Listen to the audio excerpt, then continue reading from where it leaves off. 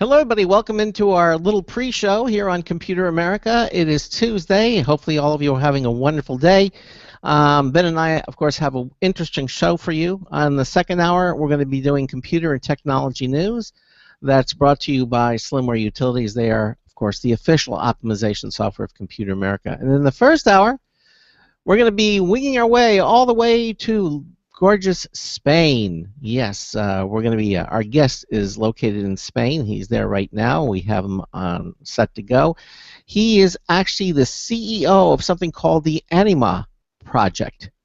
1 minute until showtime. And we're going to be talking about games. The Anima's Gate of Memories. It's a third-person action RPG game.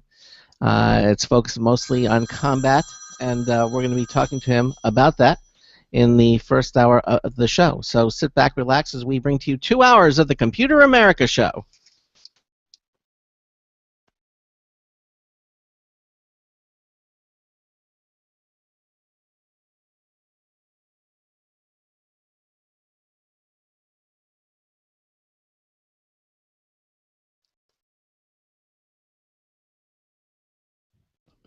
Okay.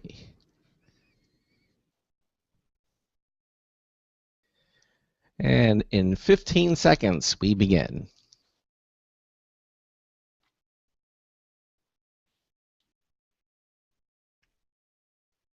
Your show will go live in 5 seconds. 4, 3, 2, 1.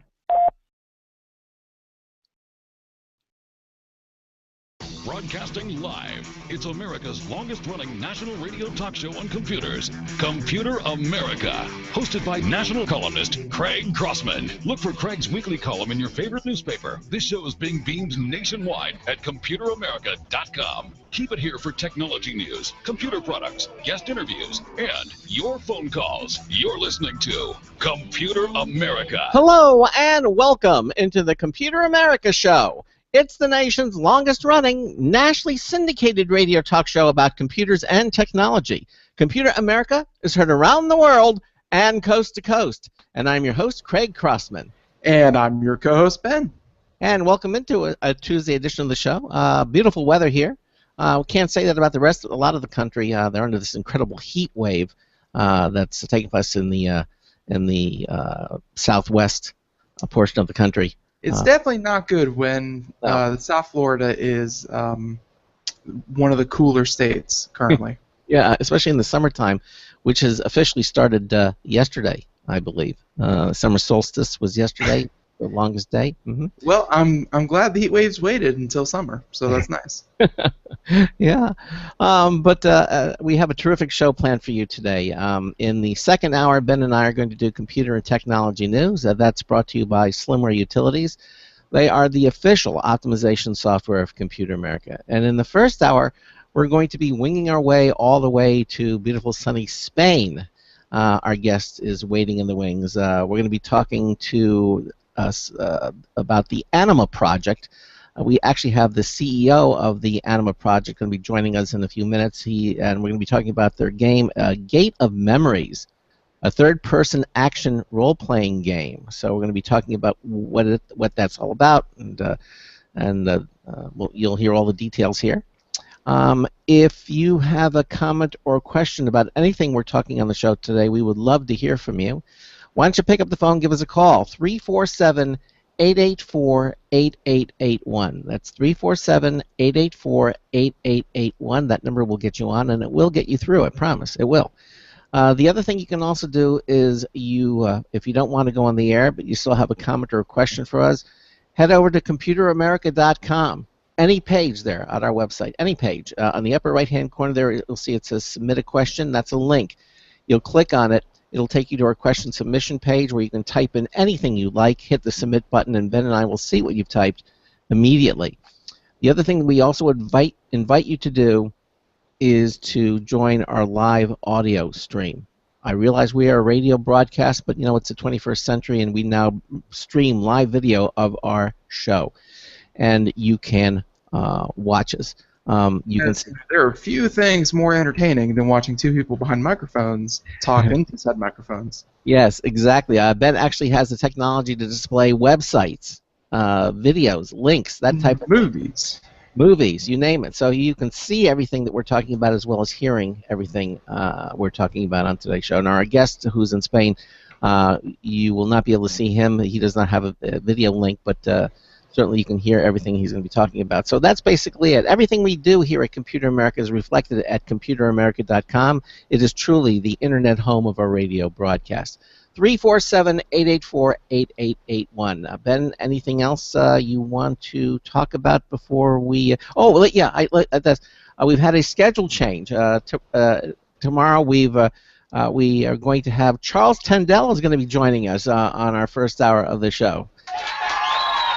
And anybody who knows the show, Charles is a friend, a longtime friend of Computer America. He is a certified ethical hacker, and he's going to be talking about some of the things that have been going on.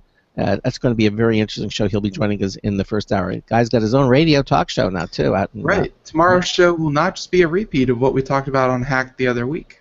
No, it will not. So that I just wanted to mention that. But anything else you want to mention before we bring our guest on? Anything else? As always, please stick around for the second hour because it's the latest tech news that we can find. We had a really good show yesterday where there were just so many news stories that we really focused on it. Got a lot done, but still, I think it's a very informative and fun hour. So stick around for that. But like Craig said, check out our website, Facebook, all our social media, connect with us there, win free stuff, and be entertained at the same time. So again. Just check us out at computeramerica.com. Absolutely. All right. Let's do it. Let's bring our guest on. Now, as I mentioned, the Anima project is here, and Anima's Gate of Memories is a third-person action RPG. That's a role-playing game. The game is mostly focused on combat and exploration, but it will also have a huge role-playing elements added to it. While it is story-driven, it doesn't force you to ride along rails to complete it. The game gives players freedom to explore a rich world and tackle only the obstacles that they want. This way, each player can visit many diverse places and reach very different endings depending on their choices. Now, joining us here right now from Spain is Carlos Garcia. He is the CEO of the Anima project. Carlos, hi, welcome into Computer America. How are you? In first place, thank you a lot for inviting me here. It's a pleasure to be with you, with both of you, and thank you for being able to share so many things with all people. Okay. A pleasure. Our pleasure to have you. Absolutely. The pleasure is mine. All right, so Carlos, first of all, you're in Spain. How's the weather there? To be honest, so much hot. Oh my God, it's a really sunny day today, and even if it's really late here, about 9 o'clock, it's so hot. It's so we had a really sunny day, and it was. All right. Even now, I don't want to go out because Too I'm hot. going to It is too Well, hot. I understand that because I hear that the rain falls mainly in the plains in Spain or something like that. Oh. So, thank you. I'll be here all night. Okay. Well, now let's talk a little bit about, before we get into the game, why don't you tell us a little bit what the Anima, you're the CEO of the Anima project. What is the Anima project, Carlos? Well, Anima, it's a game, world which was created by me about 12 years ago now, that I wrote while I was studying laws. Okay, I was a lawyer and I began to create this world, Anima, during that time. And well, while I was working, I decided to try to publish the first book just as something that I wanted to do in my free time. So I created and I tried to publish it. And I was really lucky because everyone seems to really like a lot both the setting and the world. And the first book, Anima Beyond Fantasy, was a huge success. And I got the chance to dedicate myself only to the books. And from that moment on, I began to create a huge saga of books, which was the Anima Beyond Fantasy saga. Right now we have 10 books published Wow. in 5 different languages in 21 countries, and I had that time also the chance to begin to create another games based upon the Anima series, which was card games, uh, and miniature games, board games, and and for the last 12 years I was working in all kind of things to expand the world. It was more or less like my little baby, which was growing along with me for all these years. Now, Uh, let me see if I understand. Did you say you were a lawyer? You were yeah, studying law. Oh, I you. was a lawyer before while I was writing Uh, the okay. Anima books. And you say you became a lawyer, and then you stepped away from all that and decided to become a Yes. writer at first. In fact, it was a little different. I was writing in my free time during the time I was working as lawyer. It's like it was the thing I used to free my mind from all work, and you know what I mean. Hmm. So I decided to publish the book as something as a fan. You know what I mean? Sure. It's Yeah. Mhm. and it was a huge success. So the editorial, Edge Entertainment, told me, "Oh man, you can really live writing books if this is what you love." And I really loved that, so I left my job as lawyer and I began to dedicate my full time to create books and games. It You know, was that takes a lot of what can I say, guts to to walk away. I mean, you spend a number of years obviously crafting your profession to become an attorney, to becoming a lawyer, and then to step away from that To to pursue your passion is, admirable yet yeah, scary. it's you admirable but very scary. Yeah, you exactly. want the absolute true and the most honest reason I did it. I was a penal lawyer, okay? It was criminal lawyer, so my I used to work with very nasty people. I was not really happy. It was a really nice job. I had no money problems, but I was unlucky, unhappy. You know what I mean? It Right. was I was not enjoying what I did, so Well, I decided, okay, this is my chance. I'm going to throw all that away and dedicate all to create games because, come on, it was what made me happy. yeah, And and you have that's the secret to it. You have to be happy at what you do. There's no question about that. And you were very fortunate to find something that you could do that. honestly, looking back, I was really crazy. Uh, I okay, believe that. because right now things are not going bad and Anima it's working really nice and people love what I wrote and the game, but in that moment looking back you say, oh, you don't know if the next books are going to work as well as the first, and you don't know if this is going to work. So I did a really crazy thing, okay, but well, I'm happy now. Yeah, and that's the most important thing. That's very Sorry. very happy for you that this is working out. Now you have a very I understand, and we'll get to the but the in the Anima project and for this first, you were writing books. When did you decide to go from writing books to actually coming up with a computer role play RPG game? I think that from the very beginning, from the very first day I began to write Anima Beyond Fantasy books and series, I always dreamed to create a video game too. I mean, when I create Anima, I had a lot of video games, TV series, movies, anime series in my mind. So creating a video game from that, keeping in mind that I had so much inspiration from video games, was like a must. I always wanted to create one. It's just that it was not the right moment. I Okay. needed to wait for a moment in which I could say, okay, now I can really do a video game.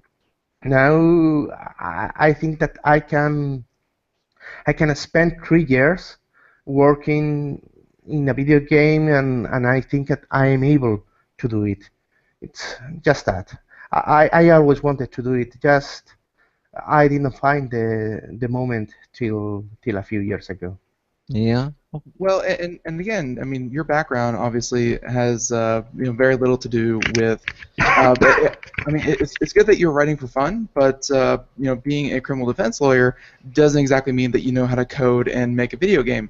So, did you find, we see this sometimes that people like they have a passion, and yours is obviously telling a good story, and video games are a really good way to do that. But we find some people actually dive headfirst into video game creation, even though they really have no experience prior. Like, it's not like you came from a background of, say, making special effects for movies. Like, did No, going into this, did you want to learn to make it yourself, or did you form a team to actually no. make the video game around your writing? Okay, of course, I know that by myself was impossible for me to create a video game. Okay, I know. So I form a team, a really little, a small team because we are only 3 people. Uh-huh. Myself, Sergio Almagro, and Miguel Hernandez. We are just 3 people, but I mean, we didn't have any previous experience in video games.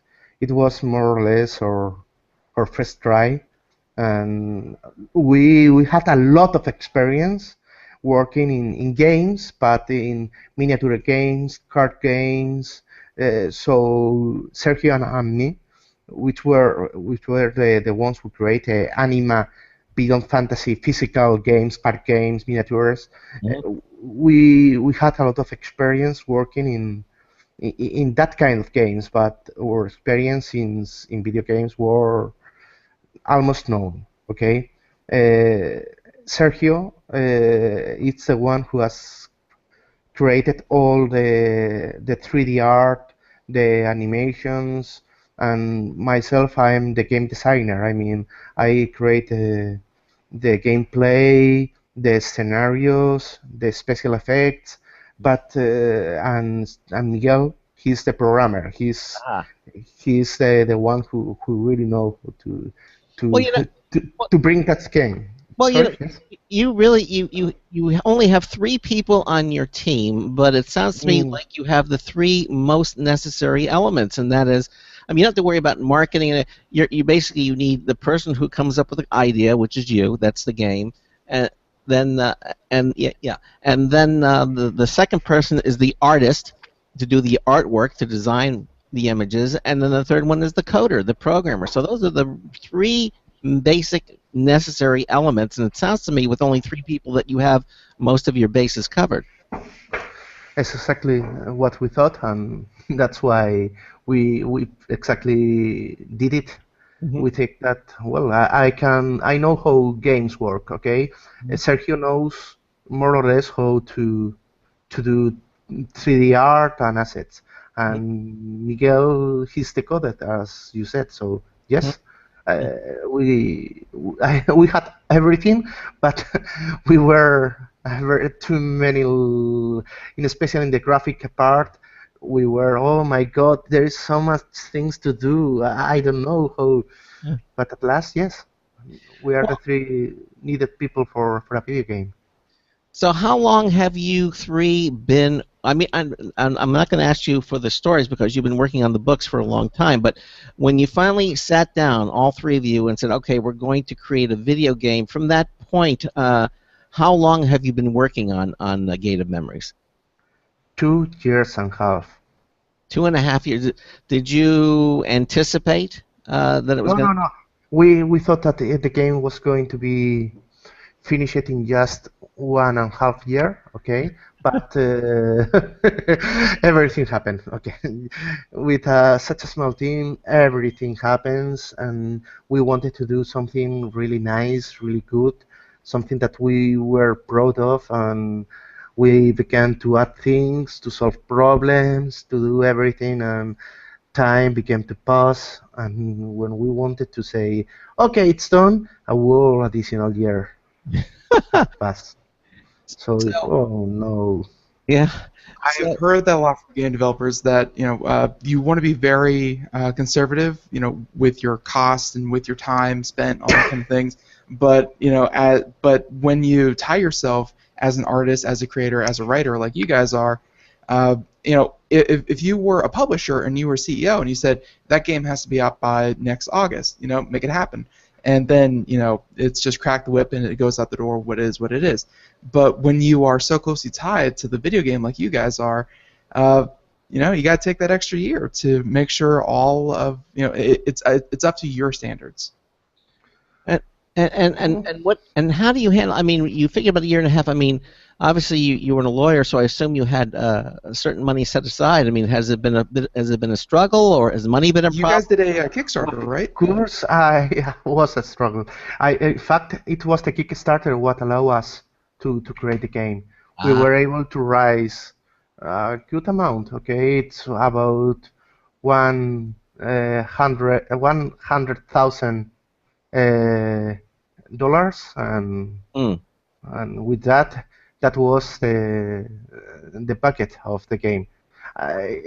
It can look a lot, but everyone who is a game developer is always asking how you were able to do this game with just that. And I said, just that? That's a lot of money. No, no, no, no, no, no. That game must be at least twice or three times that.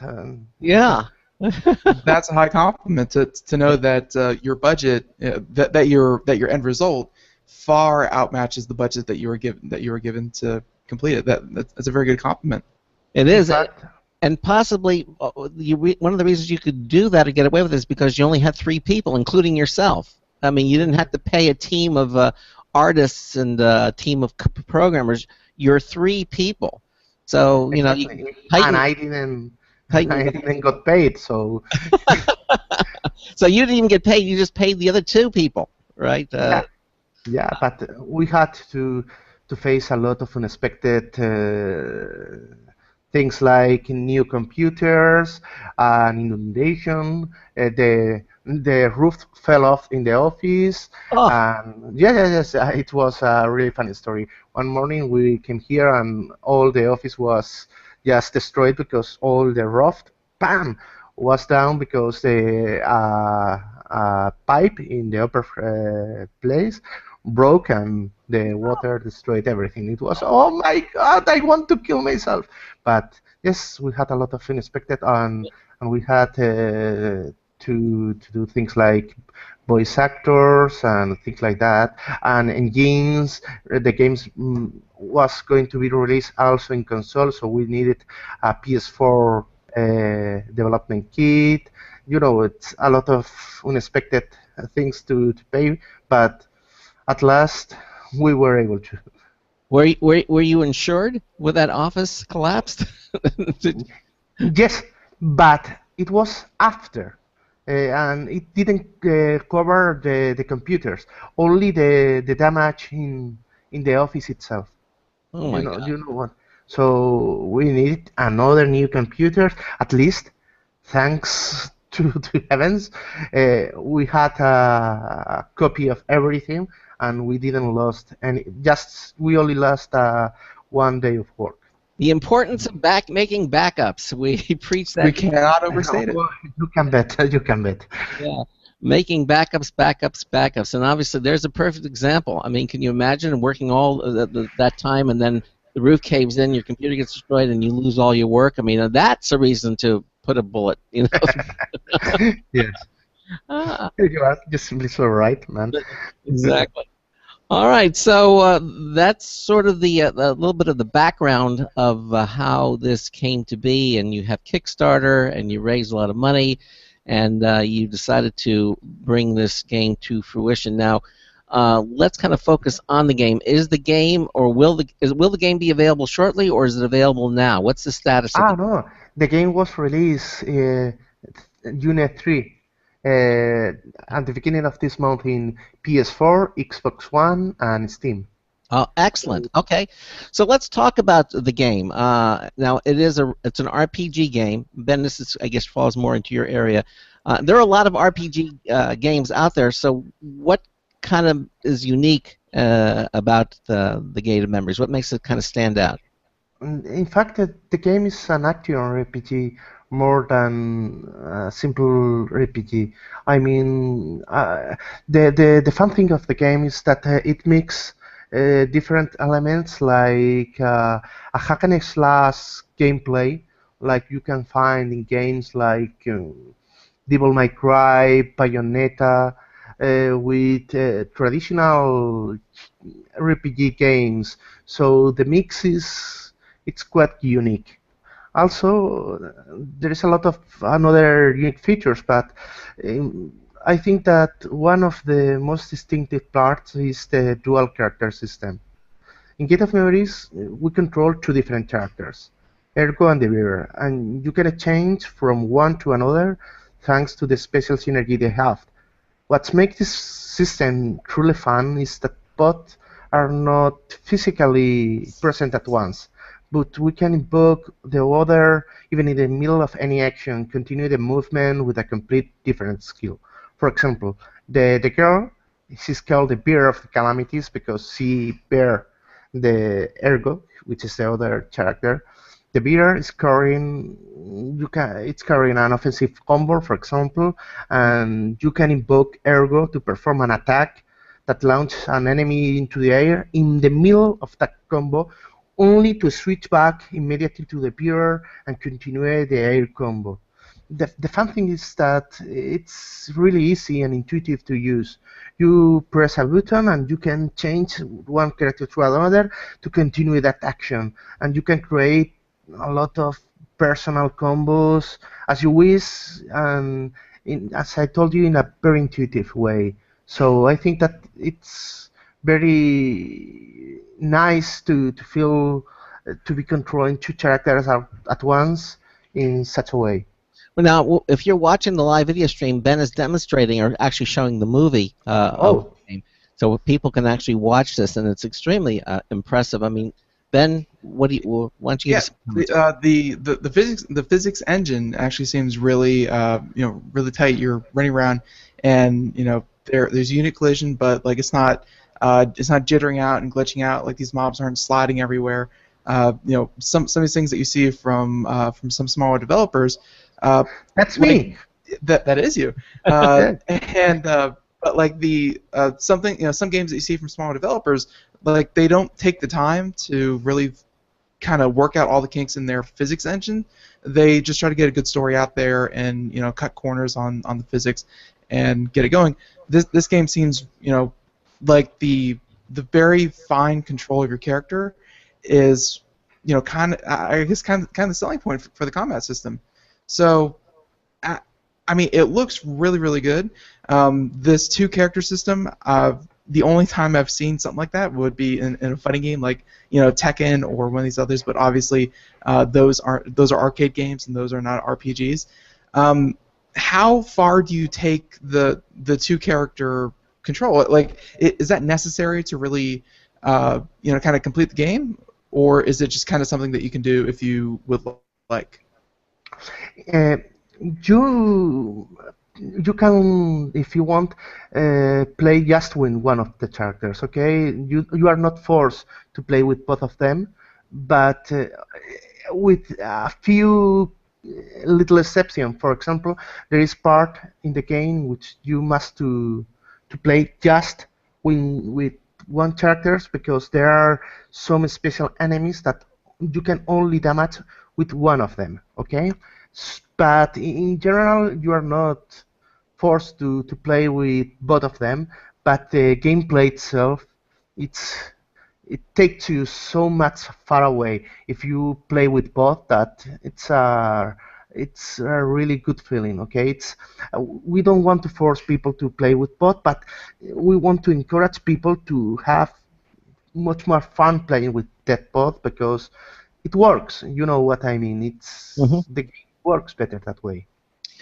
What everybody has sort of an inspiration, or they take inspiration from something that they've seen.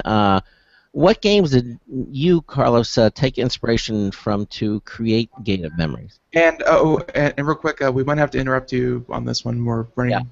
we're So, coming to the bottom of the hour, so yeah, we might. please. So just start your idea. Uh,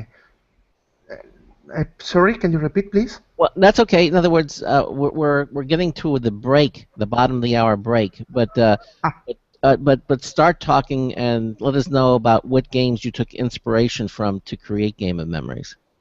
uh, it's the break, or should I? No, it's not the break yet. It'll be. Okay, okay, okay. We're almost Oh, there.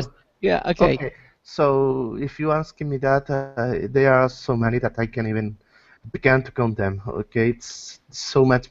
But I guess that if I must choose just a few of them, I will say that Kingdom Hearts, Nier, Devil May Cry, Bayonetta, Castlevania, Final Fantasy, and of course, Dark Souls are the ones who make us, the three of us, more willing, more we took much more things up from them, much more inspiration to be able to create Right. Anima Gate of Memories. All right. Those are incredible games, and we wanted to take the Okay. things that we loved from them. All right, Carlos. Listen, we're going to pause now for commercial messages, and then we'll come back in a few minutes. You're listening to the Computer America Show. Our guest is Carlos Garcia. He is the CEO of the Anima Project. We're talking about Gate of Memories. We have a new Syspulse review from Marty Winston coming up as well. We'll be right back. Please stay with us. Sometimes disaster strikes. Data can be lost due to many different reasons. Accidental reformatting, power spikes, virus attacks. Zero Assumption Recovery provides a suite of highly effective and thorough data recovery software for Windows operating systems. ZA is suitable for home users and small businesses who need a powerful data recovery solution for Windows and Linux file systems.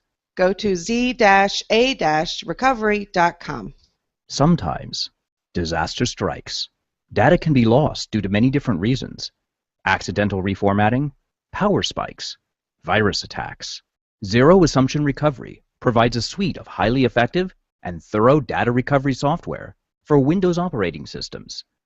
ZA is suitable for home users and small businesses who need a powerful data recovery solution for Windows and Linux file systems. Go to z-a-recovery.com. Hi, this is Craig Crossman, host of the Computer America Show. You have important meetings to schedule. Your company's getting ready for its IPO, and you're in charge of the PTA fundraiser this month. So how do you coordinate everyone to be available at the same time? Are you still using emails, phone calls, even text messages to schedule meetings with a group of people? How's that working out for you? Not so great, huh? It's a fact that every day, millions of people suffer from scheduling headaches. Well, with Doodle, scheduling meetings with a group of people is quick and easy. With Doodle, you can easily propose available times to each member. Each one checks off the times that they are available, and then you simply pick the time that works best for the group, all in an easy-to-read display that integrates with your existing calendar. Nothing could be more simple. Give Doodle a try for free, and like millions of Doodle users, you'll truly see how easy it is to find the perfect date and time for all your meetings. That's www.doodle.com.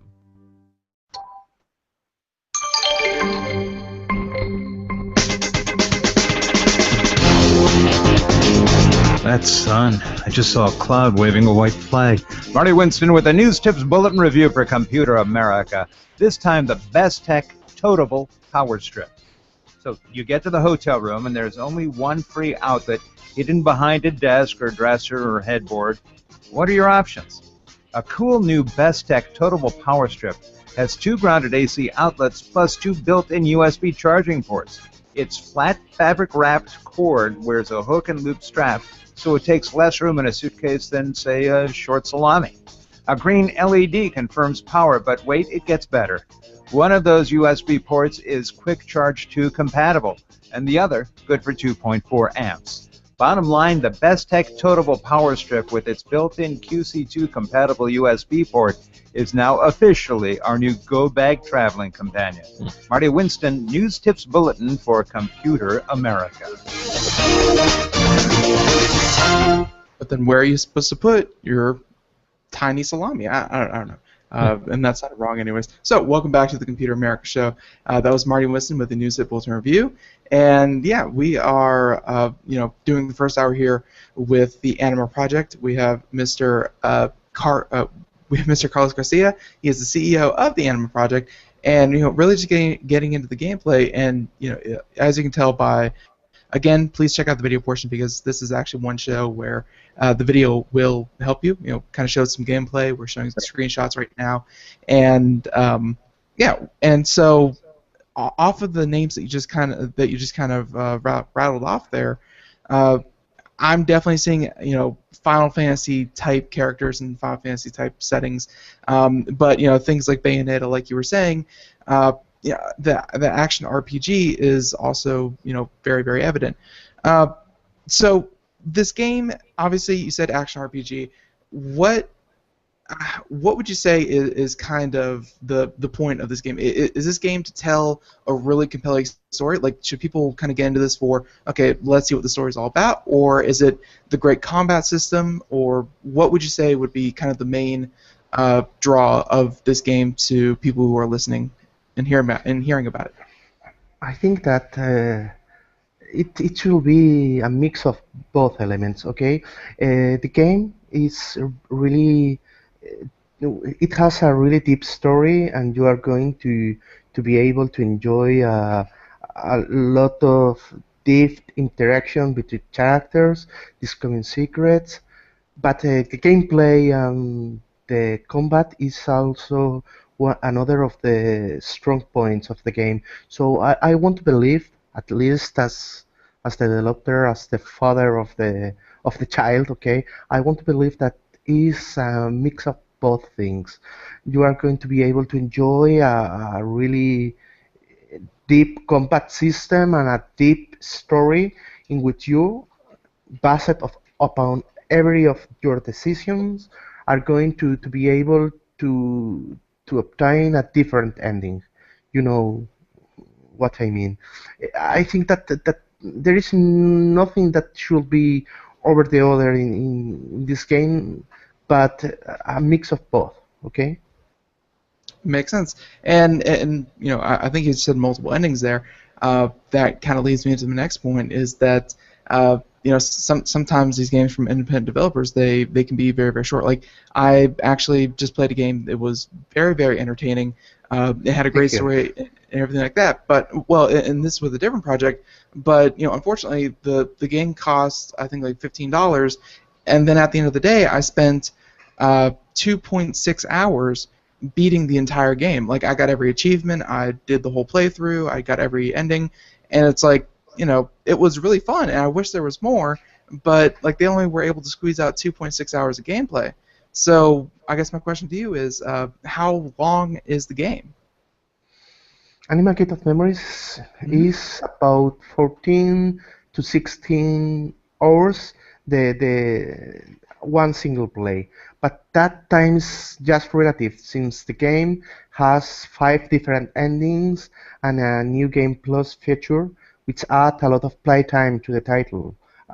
I mean, you can play and you can finish the game, the main story in 14 hours, but depending of your actions, you are going to be able to open new branches and faces very different things. I mean, I can say that each time the game is a different experience, but there is really a lot of things that can change from one play to another, even new areas, new final bosses, new optional areas, new bosses, new characters, new secrets to discover. So I don't know how long the game is, but in definite, more or less you can play even more than 30 hours and still discovering things.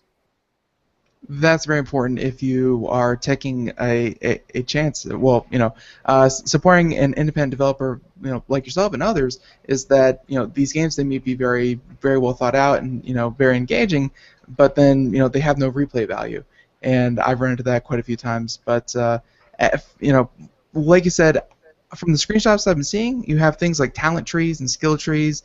And the combat system is obviously going to be different depending on your choices. So replayability is very good, and it's good that you went into this knowing that, as an RPG, I know that when I play, and Carlos, I don't know how you play, but when I play an RPG, I do one very certain way, and usually that's very physical punch slash slash with your sword, just get through it, and then I go back and I try either another play style with more magic or what have you, or I go back and I just make different the exact opposite decisions the second time. So going into this, is that something that you were kind of going for? Was that it would lend itself well to multiple playthroughs? Yes, but in a different way. I mean, for example, in this game, you are not going to decide one thing or another, just as you said, taking different options. Okay, you must to play it in a different way. Let me explain you what I mean.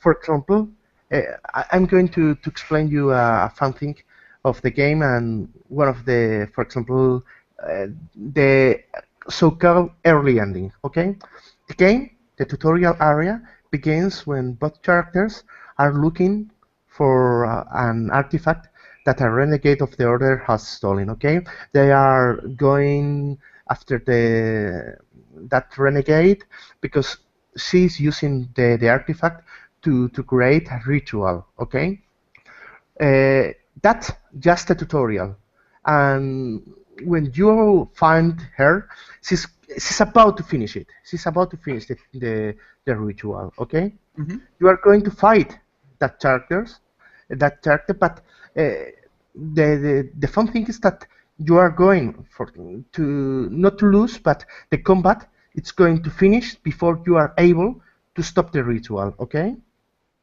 uh, that's how the game usually plays. Okay, but for example, if you are able to beat that character before the the ritual is over, you are going to be able to stop the ritual and change all the game, even and having an early ending because you were able, like you will be in a traditional RPG game, you were able to stop the ritual, to stop everything what is happening, and to finish the game even before you really started it. So it's just a small detail to show how different can be the game depending of how you play it and how your decisions are going to not just your decisions, your way to play to change how you are going to face the game.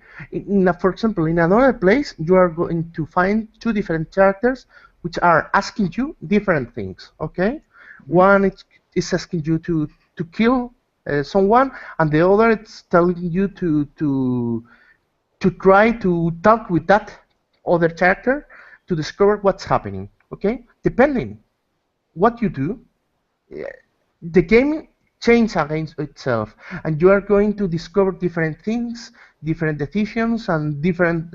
It's a different road, but not just because you are going to choose between two options in the screen. Okay, it's going to be what you do and what you play, which is going to take you to a different level. We wanted to create a traditional RPG book role-playing game book experience into a video game, making that not just what you say, but what you do, it's going to change it. Makes complete sense, and those are some of my favorite RPGs. Like I'm just thinking of all the times in Skyrim where in Elder Scrolls where you're given the choice to, well, you could become a werewolf, or you could just kill all the werewolves, or you could become a vampire, or kill all the vampires. Like, yeah, those little games, those little tweaks, it may seem like a simple decision, but after you do your first playthrough, you go back and you say, well, what if I did this instead of that, or what if yeah, that's and that makes complete sense. And yeah, I know that we're using very general terms right now, like this character, that character, this choice, that choice, um, because you said that this is kind of based off of Anima, which is a well-known RPG franchise. Uh, would you need to know about Anima Beyond Fantasy, which is again what the game is based off of? Would you need to know about Anima Beyond Fantasy before you jumped into Gate of Memories? You don't need to know anything at all. No, for real, for real. I mean, even if the RPG players will surely find some interesting and unique story elements from the setting of the game, Gate of Memories was created as a standalone story. I mean, anyone, regardless if they know Anima books or not, will be able to enjoy and understand the full story of Gate of Memories. All the characters, the world setting, all is explained in the very game. Okay, so you just need to play and enjoy it. We decided to do this because this way, I think that today it's pretty easy for all traditional role-playing players to have access to video games, but it's very much complex to do the same in the other way. I mean, you are going to find a lot of Anima RPG players who want to play and try Gate of Memories, but we we wanted to create a story and a game that was enjoyable by itself.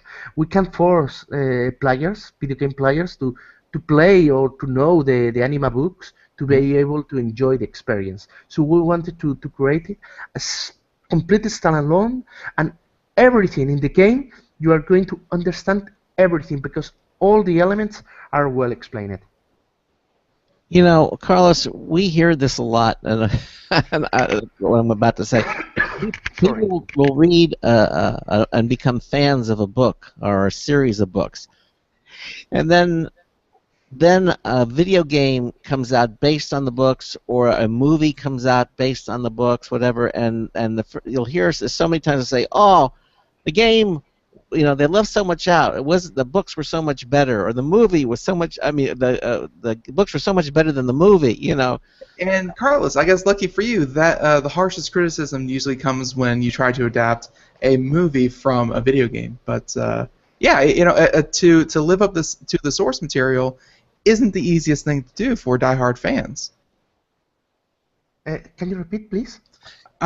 Sometimes when you adapt, let's say, a video game from a book series, the fans of the book series won't think that you did the original justice. They won't think that you did it well enough. Yes. So you wanted to, in this case, none of the players are going to, of the RPG books, are going to complain because the story was created as part of the RPG books. I mean, it's something that was left left out from the RPG books because it was by itself something that from the very beginning we wanted to create as a video game. So they are going to enjoy it because it's not like something adapted. It's something different. I mean, it's a part which was not told in the books that is going to be told through a video game. It's not something like I didn't enjoy it as much. No. You are going to enjoy it because it's something which is part of the world, but it's not something retelling the things that you knew. You understand what I mean? This more or less. Right. Yeah. It's that this is filling in a hole of the story that you purposely left for the game to fill. And yeah, I can completely see that. Maybe that's the answer, Ben, to things like this. When you have a series of books, then and then when you come out with the movie or the video game, don't try to encompass the entire books, just a certain area that were kind of left specifically for a game or a movie. Well, and like I've seen this in a couple places, in a couple other places. This happens sometimes in animes that you'll have a main story arc, and then they'll usually put out a movie or two, and like the next season things change based on the movie that if you were just following like if you were just following just the TV show, you would not be able to follow it because there are things that happen in the movie. So it kind of gives you a reason to. So like some people don't really enjoy that, but if you kind of do it right, then people won't feel bad that they have to explore multiple kinds of media because there are some people who just enjoy reading, who just enjoy playing video games, who just do this, that, and the other. But if you do it right, then this kind of it's kind of like not really an origin story, but like a fill in the blank that you don't have to follow it, but if you want to, you'll enjoy that you did. Yeah. Yes, Okay. I agree with you. I mean, I think that's the best way to tell different parts of a big story. I think that way it's perfect because you are not going to tell again and again and again the same thing. I think that's why we decided to do it this way. Yeah. Carlos, let me ask you this. Uh, this is your first endeavor, your first project. Yes. There are a lot of people out there who want to basically do what it is that you've done. They have a passion, they have a story they want to tell, and yet they have a regular job. They might be, any from a doctor to whatever, any kind of job, and yet they want to do this. Do you have any words or recommendation of wisdom that you may wish to impart to people who are thinking about doing what it is that you've done, other than don't do it?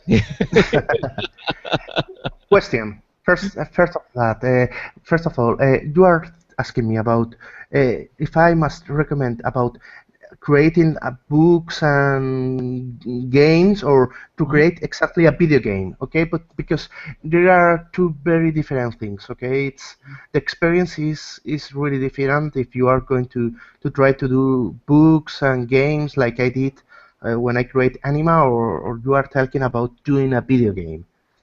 What Well, do you? I guess each one has its own positive. But very different. I mean, They are both very, are. Well, right. Well, since we are kind of a tech-oriented show, and I think people listening to the show would probably be more interested in a video game or creating a video game, let's start with Okay. that. Okay, then the first thing I must tell everyone is that now it's a wonderful time to create video games, even with small teams. Okay, the first of all is now there are engines like Unity, like Unreal, that make the development of video games much easier than yeah, it was before. Keep yeah, in mind that it's not as easy as I have an idea, I'm going to do a video game. No, it's not like that, okay? It requires a lot of work, a lot of sacrifice, and a lot of illusion, hope, and a lot of time, okay? But now it's a really good moment to create it.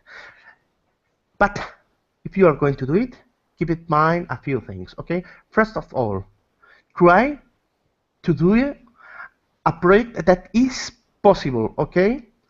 Uh, for example, we wanted to create a project that was even too much for us, okay? We were able to finish it, and we are so happy to be able to finish it that we can cry, okay? But it was something too big for such a small team, okay? So if you are going to do it, first of all, keep in mind that you must choose something that is going to be possible to do, okay?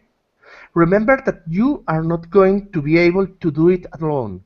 You are going to need a small team of people which can help, which can do different elements, and that is, as a whole, is going to develop the game. Even if you want to create a game, just one person is not going to be able to do it, okay? yeah. So be able to have a small team of people who really want to do video games, okay? Try for try to do something that that you know that is going to work and that you love, okay?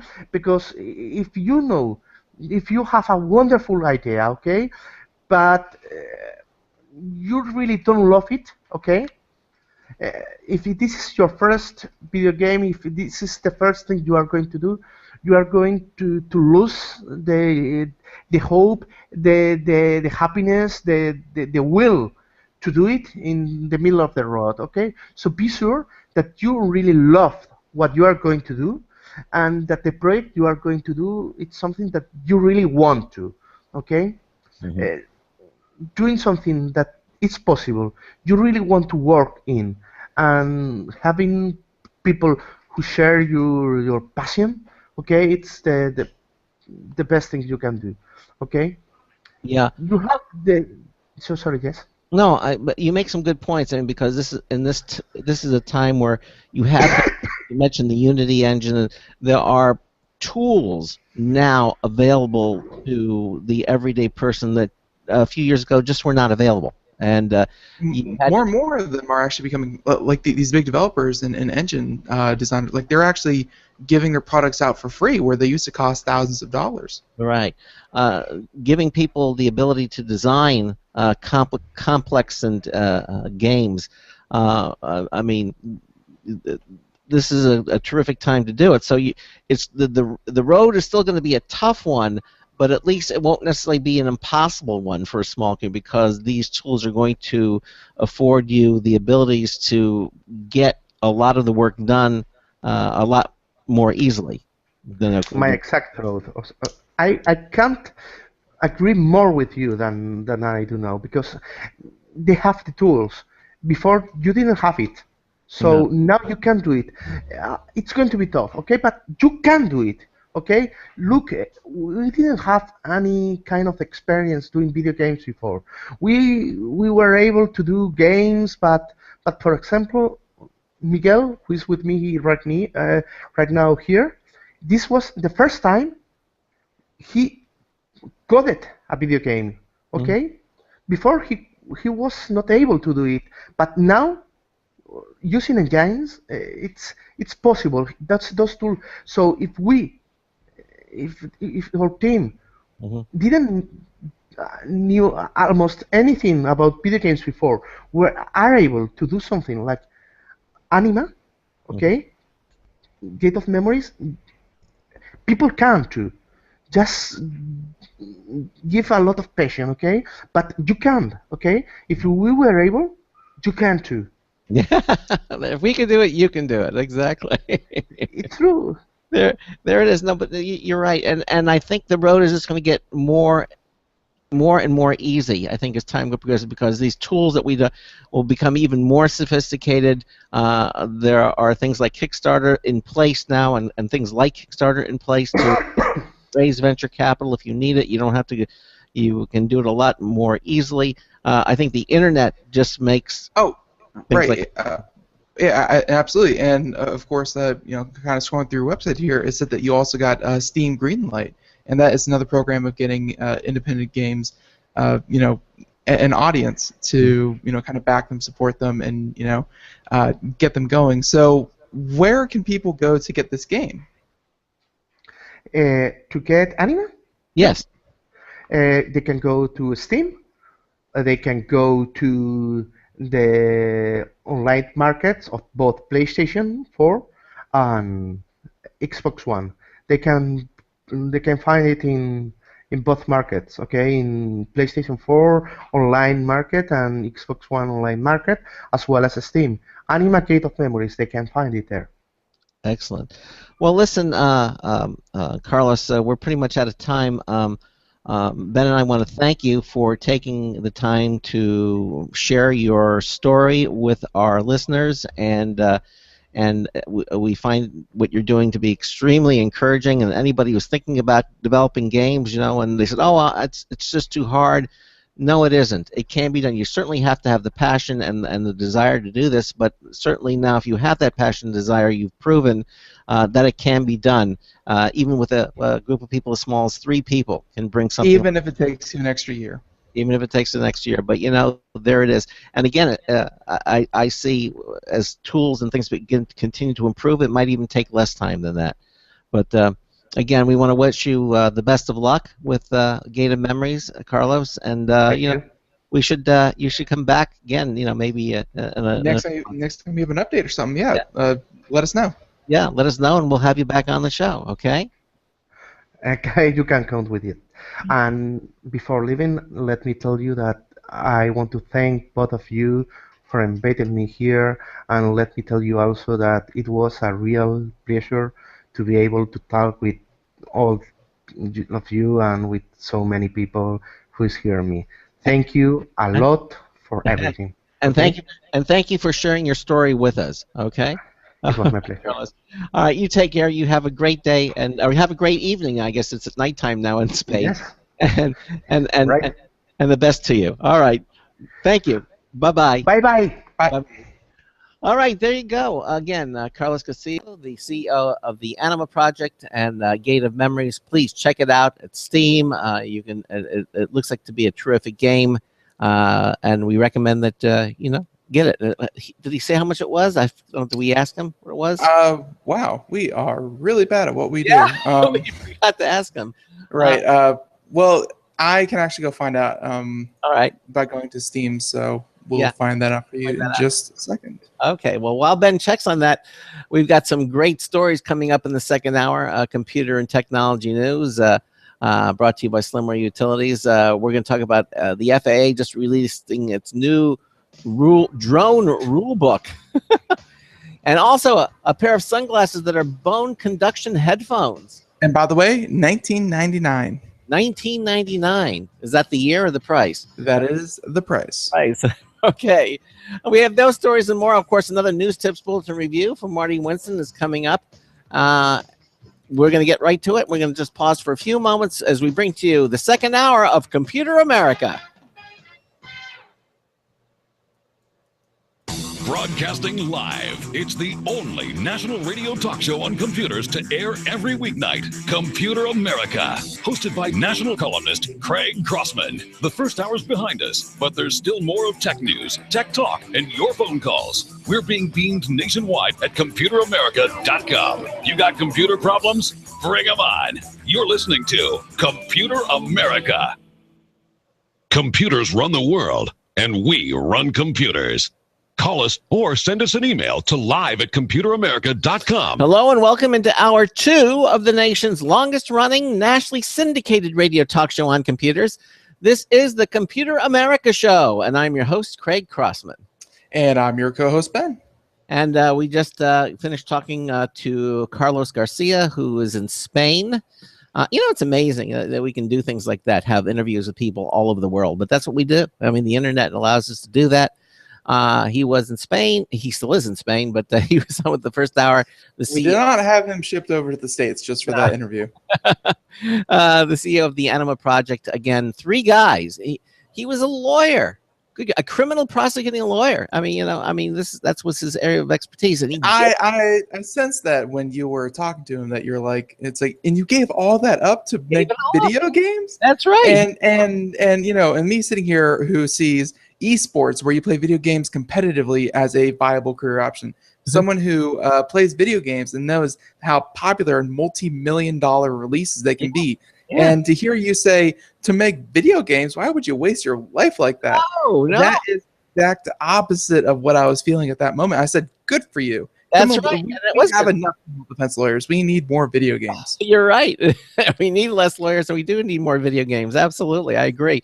And there was a perfect example of how someone did exactly that. He followed his dream, and again, not to underemphasize it, but quitting your job that you kind of rely on your paycheck for and pursuing a passion. I mean, after it's all said and done, and after you look back and you say, "How did I do that? I'm so proud of what I did." That's the easy part. But when you kind of make that cut, you quit your job and you focus head on for a year and a half, 2 years, 2.5 years. That's the scary part. So we caught him after he was already, kind of succeeded in his goal. Right. If we interviewed him while he was in the middle, when he was 18 months into his project and not anywhere near close, we would have talked to a different guy. Yeah, he'd been terrified. There's no question about it. But that's why I kind of hate that argument of, well, if we can do it, then you can too. I don't think everyone has it in them to go out and make their own success. That it's a very special kind of person that has the initiative and the imagination to really do that. It kind of negates what he's done by saying anyone can do it. Obviously they can't. He's done something really good here. Yeah, it's the entrepreneurial spirit is what you're talking about, and not everyone has it. Not everyone has it, or can do it, or can risk it. But the ones that do, and the ones that succeed, are very, very happy that they've done so. But let's face it, like anything else, there are success stories, but you don't hear about all the ones that don't make it. You do not hear about, and you don't hear about the ones that don't make it, and you don't hear about the struggles that happen during that whole process. Like it's there are hard times, but we usually just, especially here on the show, we kind of reserve our guests to have a finished product that our listeners can go out and watch videos of, look at pictures, actually get their hands on and buy. That's kind of what we do. We don't kind of have projects that aren't available to the public, but that is the hard part, is everything we do up before the show. Mm-hmm. Yeah, exactly.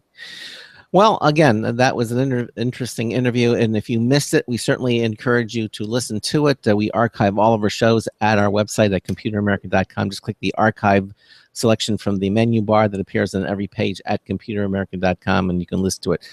You can listen to our show on the Blog Talk Radio Network, on the IRN Radio Network, the TuneIn Radio Network. Of course, archives available at Apple's iTunes, Stitcher, all different places that carry the show. You can listen to it, and they're all listed at computeramerica.com under the archives button. The rain in Spain falls mainly on the plane. Actually, it stays mainly in the plane. What? I have right here. It's not falls, it stays mainly. What? It's not falls, it stays. Stays? Stays, yeah. Okay.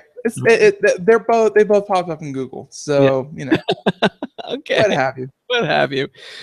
You say tomato, I say tomato.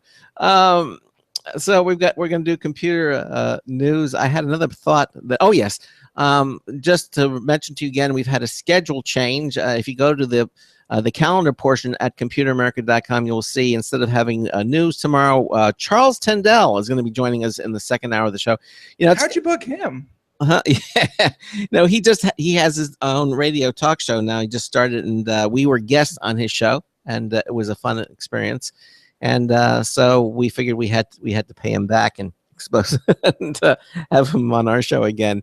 But he's a fun guy. He's a certified ethical hacker, and I'll be talking about all the different things that when it comes to hacking, it should be. And I have a few questions for him about how he feels with, there have been, there just was that the tragedy that happened in Orlando with all that, and we have a news story that we might get to today about how certain members of the Senate are already looking to pass a bill that would expand the FBI in their surveillance tactics for the citizens of the U.S. to possibly prevent something like in Orlando from happening again.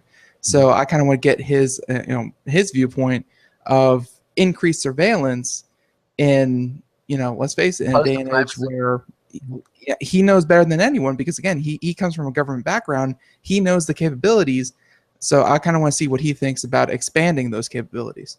I can already tell you pretty much what he's going to say, because I know Charles is more of a personal privacy advocate, and is not. Yeah, but he's also, again, from a military government background. So he worked to help stop, criminals like this.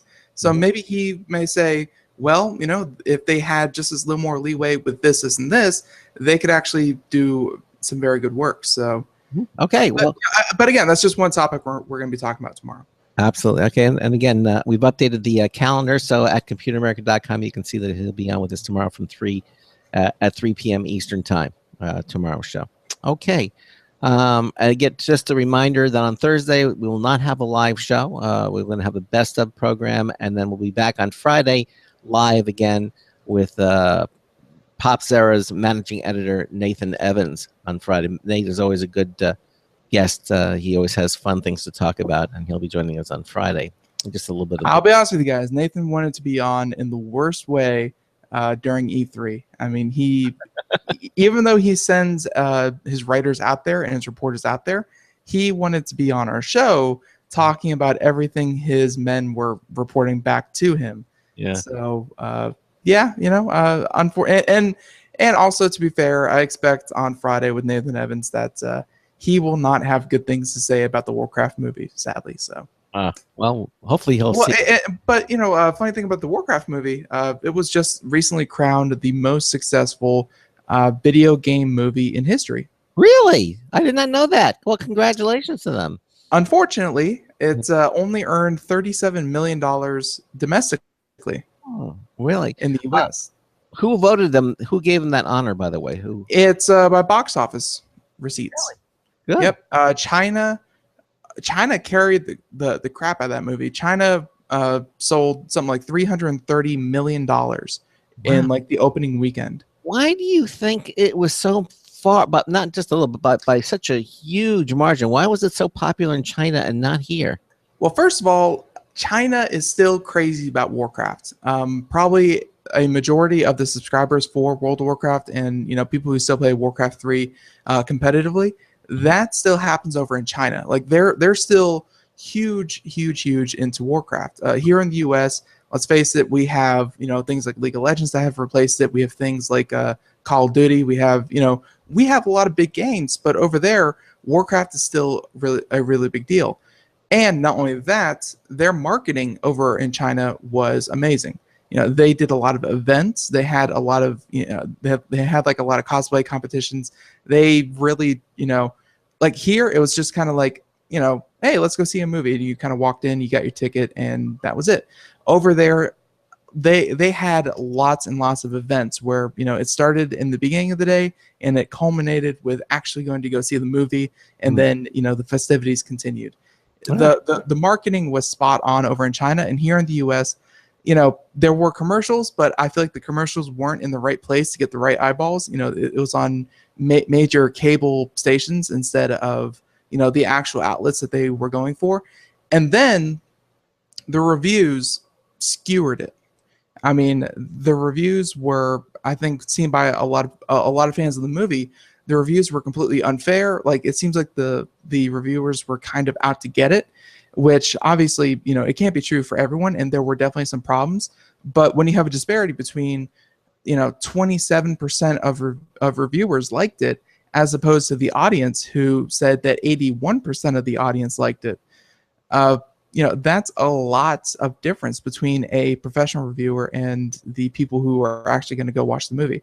So it had horrible reviews, horrible marketing, and at the end of the day, China came in, saved the day with about $340 million. So, it just topped, I want to say, $400 million, which puts it about $60 million ahead of second place, which was Prince of Persia. I don't know if you remember that movie. Yeah, I do. Yes. Yeah. So that was the old leader. So now this is the new one. Do you think because of those numbers that there will be a second Warcraft movie?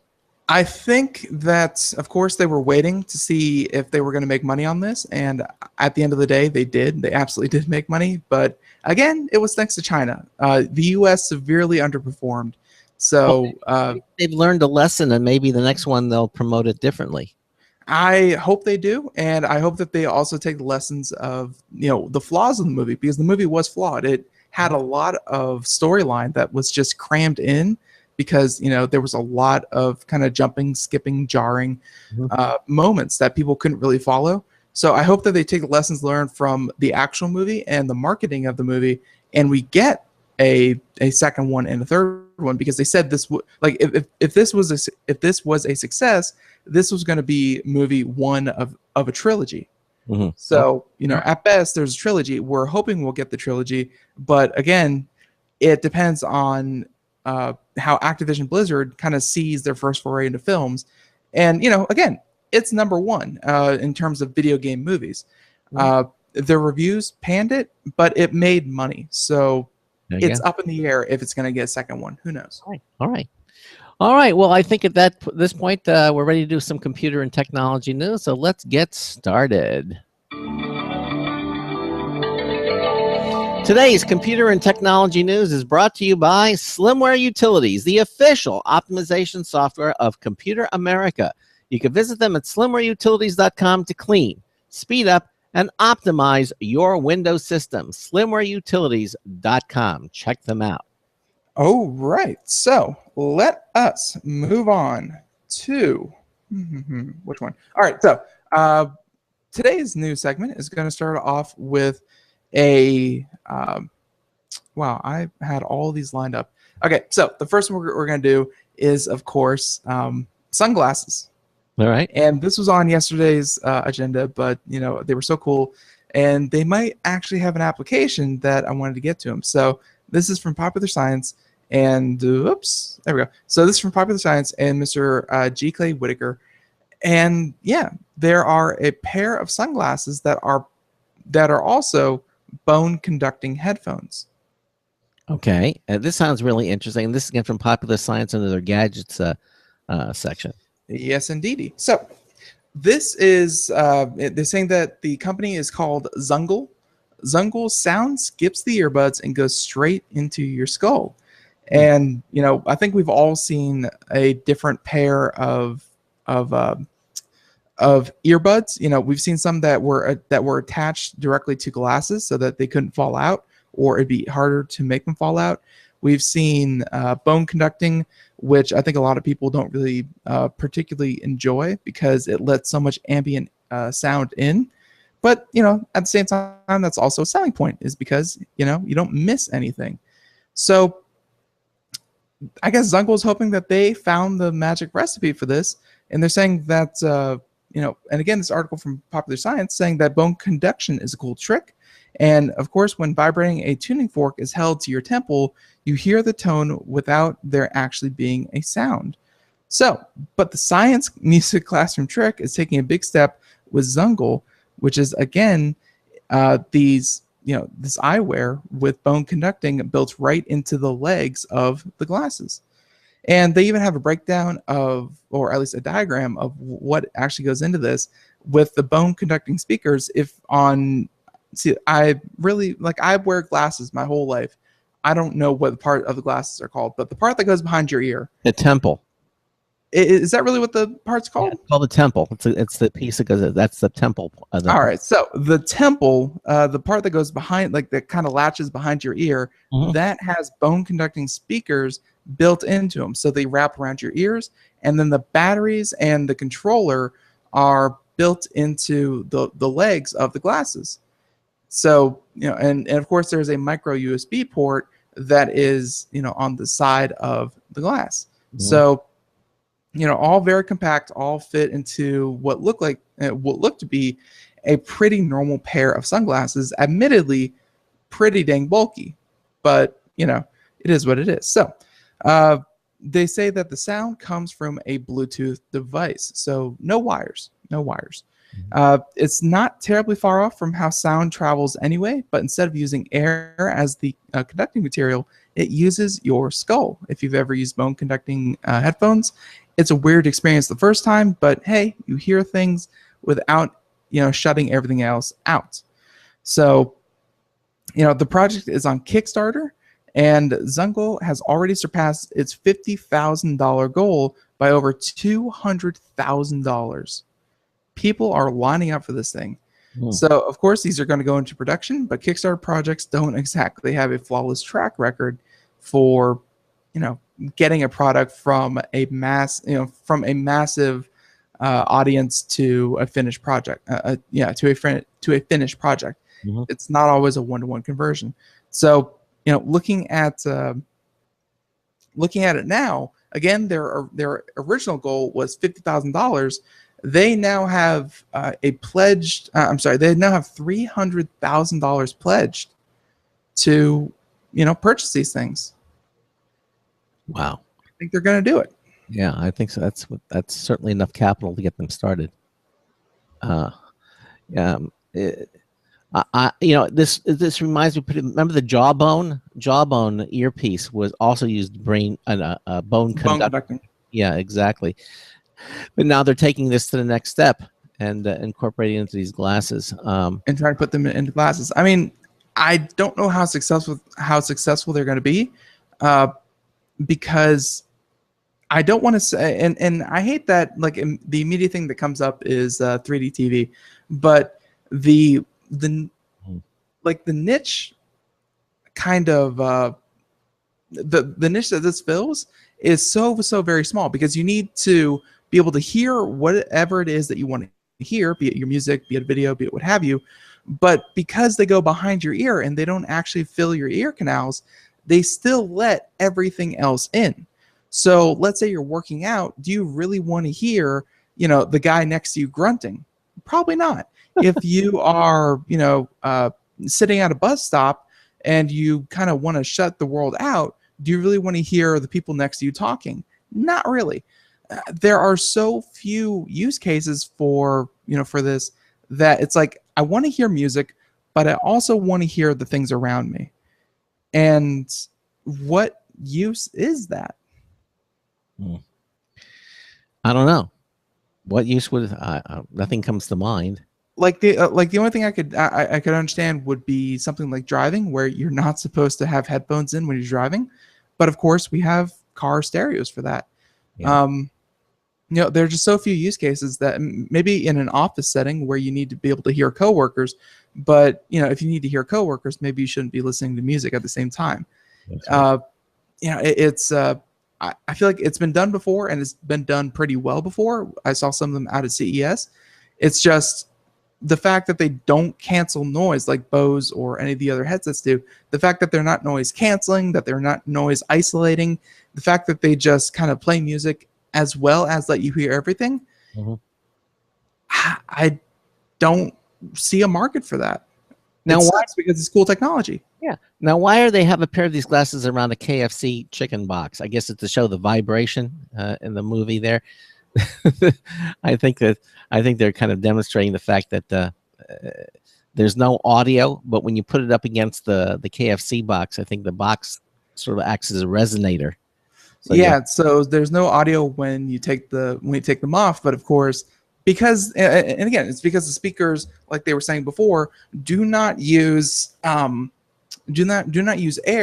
Mm-hmm. to kind of generate the sound. It uses those little metal contacts. Right. So by connecting it to the box, it vibrates the box to make music. Yeah, there was actually, it's been around for a long time. They have these little what is it? Instead of using speakers, they had the same technology, but you would put them like to attach them to a wall, and then the whole wall would become a speaker.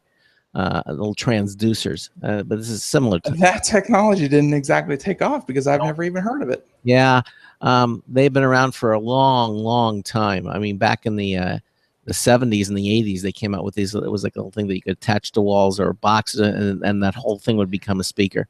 I mean, speak to Nathan Evans, speak to anyone who's been in the industry for a while, speak to Craig, speak to myself. There's a reason why we only see headsets, headsets and headphones and set-top speakers, like 5.1, 7.1 surround sound speakers or computer speakers or what have you. Like those two are just kind of what people want. They don't really want anything innovative when it comes to the way they hear things. Yeah.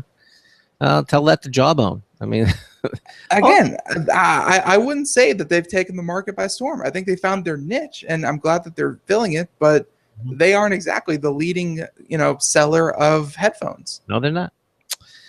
Although they're again for they compete with earbuds. They're the little thing that clips into your ear. But even earbuds are now losing to, over the ear, on ear headsets. Yep, like there's that migration back to better fidelity, just because those little earbuds, they're annoying to put in and keep in, but they also have a very inferior sound as opposed to on ear or over the ear headsets, and consumers are going back to the traditional ways.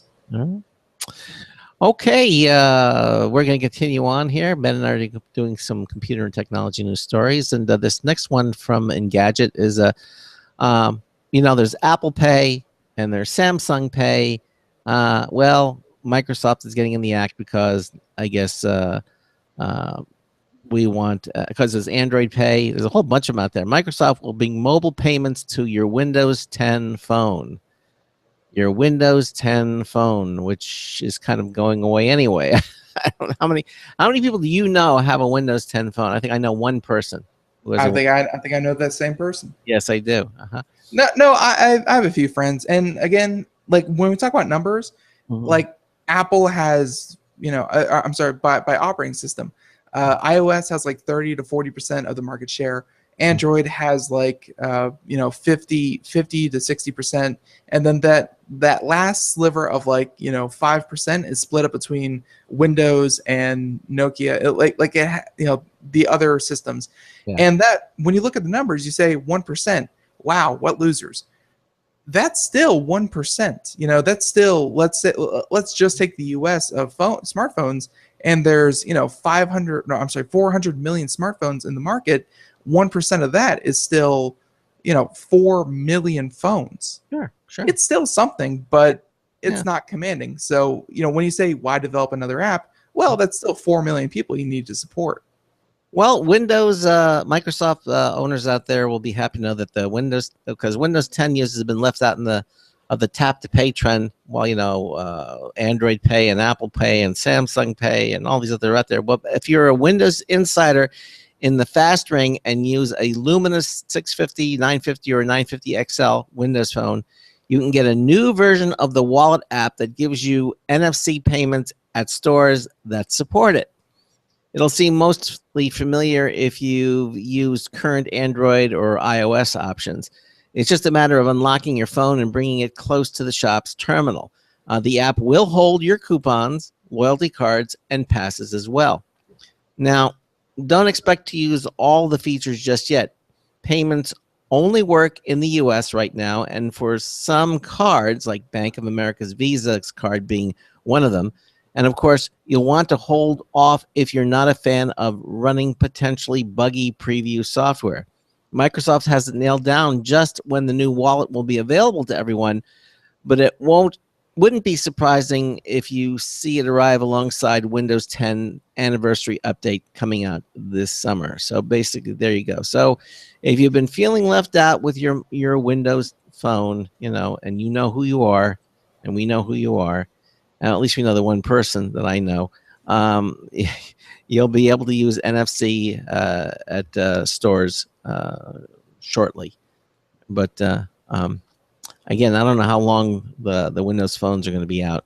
I mean, we did hear that rumor that, well, not really that rumor, but that Microsoft spun off all the patents that it acquired from Nokia, and even the brand name Nokia. It sold all of that off to another kind of startup company out of, I want to say, Sweden or something like that, and they're going to be bringing the Nokia phone back to the U.S. as its own standalone kind of thing. So it's definitely disturbing to hear that Microsoft is kind of not really giving away, but selling a lot of its phone technology. But there has been no news that Microsoft is formally killing off its smartphones. So until that day comes, Microsoft Mobile for Windows 10 phones is still a competitor. There you go. Even if a small one. Okay. All right. Well, you know what? Let's go from phone to phone, and let's see. I think I just had it here, but yeah. So this is the Samsung Galaxy S8, which I'll be honest with you. Lately, I am looking, more and more forward to Samsung's phone releases because they have so much new technology that the rumors of Apple just don't even compete with. So again, this is from BGR, and yes, it's a rumor. So if you don't care about rumors, you can shut your ears off now. But report claims that Samsung's Galaxy S8 will feature a 4K display and a dual camera. Wow. So yes, a 4K display on a phone. Remember when we thought Retina was, the end-all be-all of phone displays? Yeah. I guess not. Hmm. So, of course, this is, and again, the article is from BGR, Jacob Siegel. And of course, we're still months away from the unveiling of the Samsung Galaxy S8, but the rumors are already here. Earlier this month, Samsung showed off a 5.5-inch 4K ultra high definition display at a trade show in California, leading some to believe that it would be the display featured on the company's next flagship phone. So, and there's even another source claiming to be the exact same rumor. So, although 4K mount may sound like overkill for a smartphone display, and does it ever, it could be invaluable for smooth virtual reality content. Samsung already has made strides in that field with the launch of the Gear VR, but if the quality of the content is ever going to come close to that of the Oculus Rift or the HTC Vive, Samsung needs an incredibly sharp mobile display to work with. So, as CNET notes, if Samsung were to go with a 4K display, it would put an enormous strain on the battery, forcing the company to use a higher capacity battery in the Galaxy S8. So, of course, will this affect the overall design of the phone? And, I think a lot of people would be willing to look at a redesign of their favorite phone if it meant better battery life. Mm-hmm. So, and there's a couple other rumors that, I wouldn't put too much credence in until we actually get there. But yeah, 4K display, and again, a possible dual camera in the Samsung Galaxy S8. Craig. When is that scheduled to come out? Or they're saying they don't know? Next couple of months, whenever they announce the new Samsung Galaxy S8. The S7, I think, is about 4 months into its production run. So, another 8 months, I think. I'm waiting for the foldable one from Samsung. They said they're also working on that too. That probably won't be in their Samsung Galaxy S line, but that'll probably be in another line of phones. Okay. Well, I'm just saying, why can I get excited about Samsung, but I can't get excited about Apple? I don't know. Oh, well, I am excited about that we're coming up to a break. And you're listening to the Computer America Show. Ben and I are doing computer technology news brought to you by Slimware Utilities. We got more stories coming up. We've got another news test bulletin review from Marty Winston coming up as well. The August home. That's the what he's going to be talking about. And then we'll be back with more news stories. Please stay with us. This is the Computer America Show. Hi, this is Craig Crossman, host of the Computer America Show. You have important meetings to schedule. Your company's getting ready for its IPO, and you're in charge of the PTA fundraiser this month. So how do you coordinate everyone to be available at the same time? Are you still using emails, phone calls, even text messages to schedule meetings with a group of people? How's that working out for you? Not so great, huh? It's a fact that every day, millions of people suffer from scheduling headaches. Well, with Doodle, scheduling meetings with a group of people is quick and easy. With Doodle, you can easily propose available times to each member. Each one checks off the times that they're available, and then you simply pick the time that works best for the group, all in an easy-to-read display that integrates with your existing calendar. Nothing could be more simple. Give Doodle a try for free, and like millions of Doodle users, you'll truly see how easy it is to find the perfect date and time for all your meetings. That's www.doodle.com. Looking for a best friend? Brother Wolf Animal Rescue has your best friend waiting just for you. The mission of Brother Wolf Animal Rescue is to help build a sustainable, no-kill community where no dogs or cats are ever killed for population control, where true euthanasia is reserved only for animals who are irremediably suffering or for animals who are truly a threat to society and with no hope of rehabilitation. Brother Wolf staff and volunteers go door to door, neighborhood by neighborhood, to educate citizens about local resources available for at-risk pets and to help their families connect with those resources. Brother Wolf's community-based approach to no-kill helps keep family pets healthy, happy, and in their homes and out of the local shelter system in the first place. For more information or to make a tax-deductible donation to this wonderful 501c3 organization, visit their website at www.bwar.org. Help to realize Brother Wolf's vision when no animal is euthanized for lack of a home. Who's a good boy?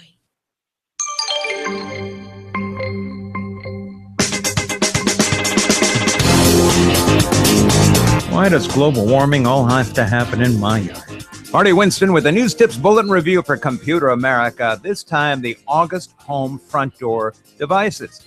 August sent their smart home setup. The app-activated Bluetooth-linked deadbolt is nice. It's our favorite in that the outside deadbolt keyed cylinder is unchanged and everything can still work manually. We don't find Bluetooth in an app any easier than a key on a keyring, but many people do.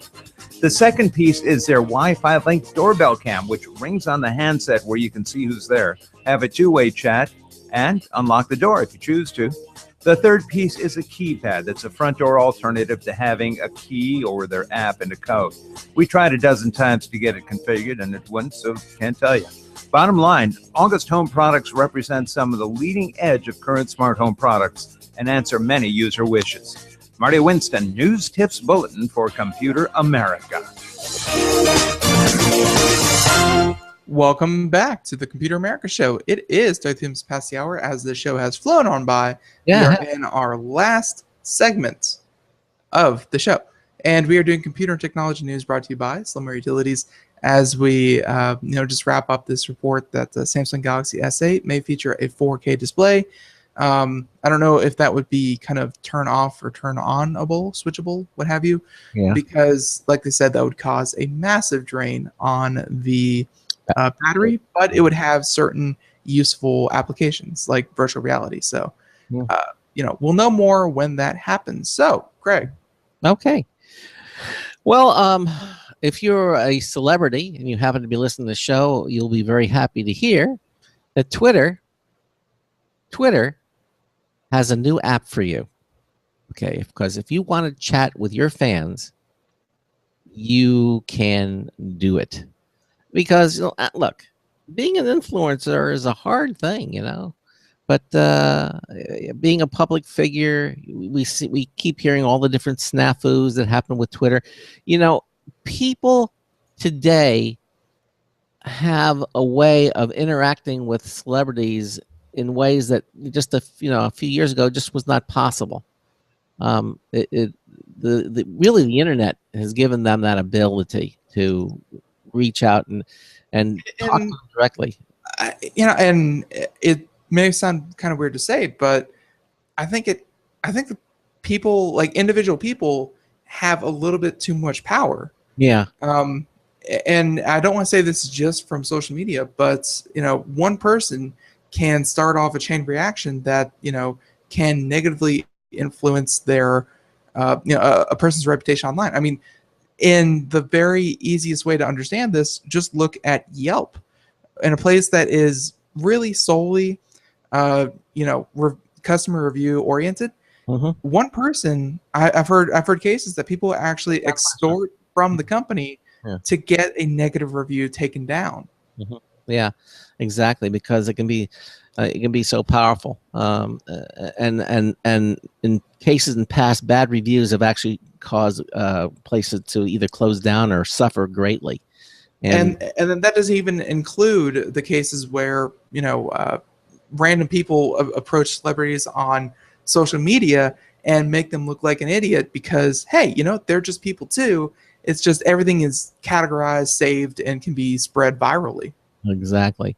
One voice can now carry a great deal of weight. Basically, if you look in the past, I mean, unlike ever before, one person can now have so much influence over something because of they can. You don't have to stand on a soapbox anymore. You can literally reach millions of people, quite easily. Yep.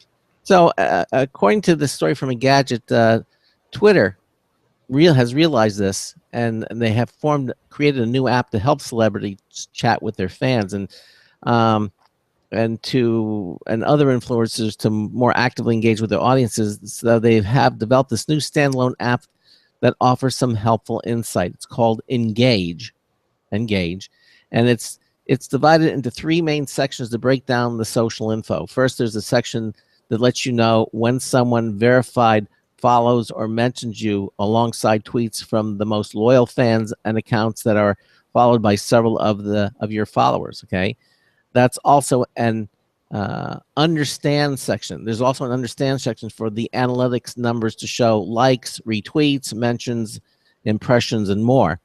For details of individual tweets, the Posts tab offers the more specific numbers. The Engage app doesn't feature a timeline, though, as it's meant to complement the flagship social software with all the analytics info. Now, unlike other apps we've seen that offer these post numbers, Engage will be open to all users and not just verified accounts. It's a similar concept to Facebook's Mentions app, which helps public figures stay on top of their internet image. Only this time, it'll be available to anyone on Twitter. As for Engage, it's heading to the iTunes App Store today. So sorry, Android fans, this one's for iOS only at this time. But there you go. So just another way for celebrities and people, influencers, to better manage and keep track of what's going on out there in Twitter land. Which is important. I mean, we live in a day and age where, we kind of deal with this in our marketing attempts, that companies really enjoy the fact that hard numbers are pretty easy to get nowadays, that analytics are very, very important. And, it's so much easier to track what your actual reach is. And, advertisers love that kind of thing. So this is just another one of these things that, in a day and age where data talks, another way to just collect a lot of data. Yeah. I mean, everybody's on it. I mean, even the presidential candidates, you see every day. I'll watch CNN or something, or I'll read a story, and they're making comments right on Twitter directly to people's responses. Everybody does it today, and again, it just permeates itself through our society. And so, if you were hoping that, and don't get me wrong, I mean, I'm actually thinking about writing a column about the different types of social media and what they mean and what you could do with them. But if you think that you're just going to stick your head in the sand and say this whole social media thing is probably going to blow over, you're probably right. Twitter is probably going to collapse. Facebook has done so much better than I thought they were going to. But one day, possibly, Facebook may go the way of MySpace. Snapchat is already losing people. Instagram already losing people. I mean, social media in general, like one company and one service may lose interest over time, but there will always be another one that people flock to. People love sharing things and people like connecting with others virtually. So, you can stick your head in the sand and say, well, Twitter's going to go away. Yeah, maybe, probably in a couple of years. But that doesn't mean that something isn't going to come and replace it. There will always be a social media. So you can, possibly, kind of ignore one or the other, but eventually you're probably going to find yourself on one of these social media sites. Because social media in general is not going away. The companies themselves, yeah, they're kind of finding it hard to monetize their subscribers, but social media is not, going away. Just the companies behind it. Okay, all right. All right. So if Craig has no more comments on that one, let us move on over to I like space. Craig, do you like space? Yes, I do. All right, you like space. So we all like space here. So that means that this next story from Popular Science is of key interest to myself and at least Craig. And I can't get this maximized, but Juno. It's a mission to Mars. I'm sorry, mission to Jupiter. There we go. Yeah. And it will be finishing in July. And well, the probe that we sent out a couple of years ago, I want to say about 5 or 6 years ago, is just about to come into Jupiter's atmosphere next month. And I think these are the coolest things. Is like the probe that we sent out to take pictures of Pluto, is that over the course of we sent the probe out, and over the course of the 10 years that it was flying out there to meet this tiny little planet, it had been demoted from being a planet. It had been a topic of conversation for years and years and years. And by the time the probe reached something like Pluto, it wasn't even a planet anymore. Like, I think it's so cool to hear about these projects when they're in their last couple weeks, because the waiting for them is very, very boring. So here's one that you don't have to wait too long for, but it's been years in the making. So this summer, the Juno mission will give us our closest ever look at the stormiest planet in the solar system. Mm-hmm. So they're saying that NASA sent off a probe about 20,500 miles to go meet Jupiter. Yeah. And it will give us our closest ever views of the gas giant.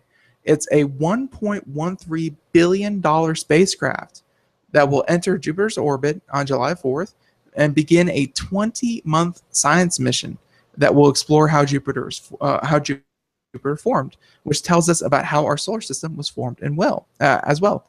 And of course, that tells us in a very broad sense how even humans came to be. So, a little bit about Juno. The spacecraft is about 11.5 feet tall by about 11.5 feet wide, and in space, each of Juno's solar panels extend out to about 30 feet, as you can see here on the video portion. Yeah. So on July 4th, Independence Day, because hey, we're America. I don't know if they planned it for that, but very, very cool.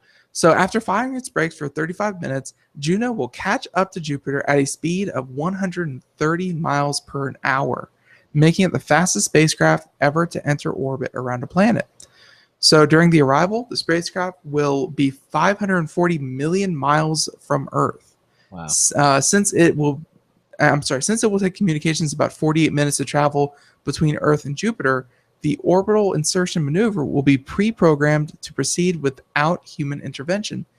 Because, folks, if you've ever tried to play a video game with latency, I know that a couple seconds makes all the difference. Imagine having 48 minutes between what you're seeing and what you can actually input.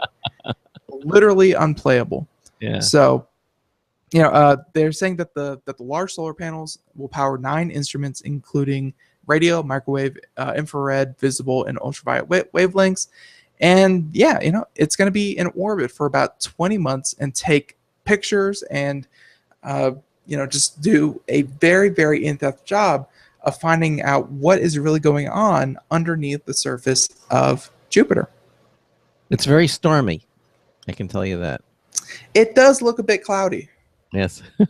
I bet you if you were on the surface of this thing, you would not get a sunburn. Well, the giant red spot, of course, is a storm, and that's been around. Can you imagine a storm that's been around since whatever? I mean, it just never stops. Yeah, it's I would not buy a summer home there. No. Seems very inclement. But no, it's Jupiter is huge, massive, and it's cool that this probe that was sent out years and years and years ago that traveled millions of miles just to get to it, and now starting on July 4th and for the next couple of months after, we're all gonna benefit from the from all the hard work that they did years and years and years ago. Yeah. So keep an eye out for that. More than 1,300 Earths could fit inside Jupiter. That's a big planet. It's a big planet. Yeah, it is. But interesting story. And again, you say it's literally around the corner. July 4th. So when you're frying weenies, think about Juno. Mm-hmm. Netflix is in the news again. I don't know if you know this, but Netflix is coming out with a new logo. Ben, they're changing it. I don't know why, but I guess the old one was good, but it's yeah.